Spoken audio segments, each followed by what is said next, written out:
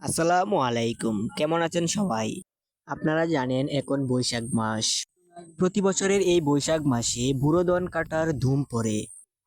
আমরা ধান ক্ষেত কাটার লাগি আব্বা কামলা লইয়া কেত গেছে। আমারে কইয়া দিছে ভাত লইয়া বন্ধ কেত যাওয়ার লাগি। আমি ভাত লইয়া আনে সবাইরে দিলাম, সবাই মিলে ভাত খাইতাছে। হেরা কায়া ধান কাটতাছে, এই ফাহাদে আমি কিছু ধান লয়ে গেলাম। সব কাম ওই করর লাগে। বাড়িতে একটা আম লয়ে গেছিলাম, বন্ধ গিয়ে এই রোদের মাঝে আমরা খাইছি। কামলারা সবাই কায়া টায়া এরা যার যার মতো ধান কাটা লাগাই দিছে।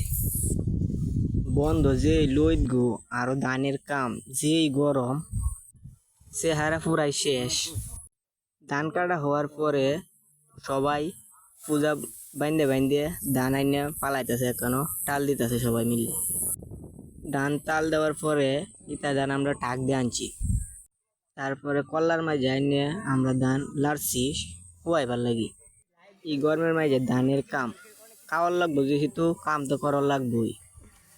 আর নিজের কাম নিজেরা করলে আরো বেশি ভালো করে করন যা কাম। এর লাগি সহালতে সন্ধ্যা পর্যন্ত এমনকি রাইতেও কাম করছি কষ্ট করে।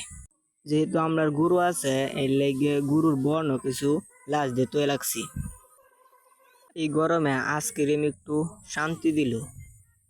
তারপর ধান টান হুয়ায়া বইরে টেলা গাড়িতে আমরা বাইক লয়ে গেছি। এত কষ্টর ফলাফল হলো এই ধানগুলো। যেহেতু খাওয়ার লাগবো, এর লেগে কষ্ট করে হইলেও করর লাগবো কাম।